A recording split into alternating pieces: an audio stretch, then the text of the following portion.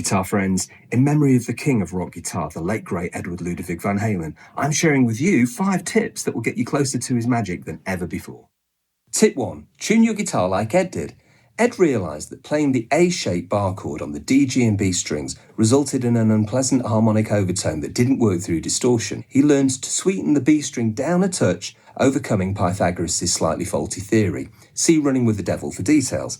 If you'd like to learn more about this, Alan Garber has worked out all the different offsets for the different Van Halen songs and ported them into the Peterson strobe tuners. Tip number 2. Tune your sound.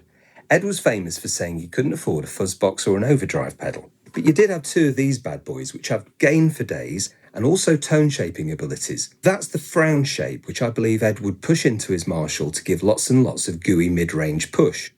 Using this shape, you can sculpt away some of those mids that may be sounding too nasal. My feeling is that Ed would do the frown shape EQ curve, and then Don on the mixing desk would do something like this to remove the harsh frequencies. Tip number 3, train those left-hand fingers. Ed was known for his devastating finger dexterity.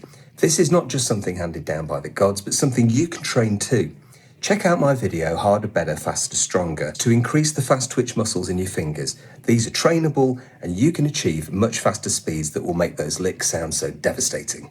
Tip number 4, Ed's incredible overdrive sound. As we all know, harmonics leapt out of his guitar and notes would seemingly last for days. But if you have a valve amp, you can achieve this too by cooking the power section, not just the preamp section.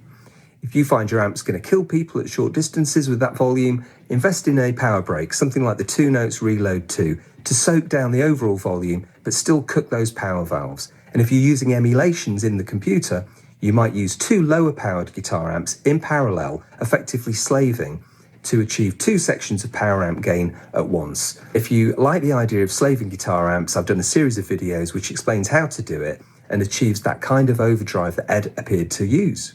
Finally, tip number 5, Ed's attitude. It poured out of every note he ever played. We can distill it down into a couple of concepts.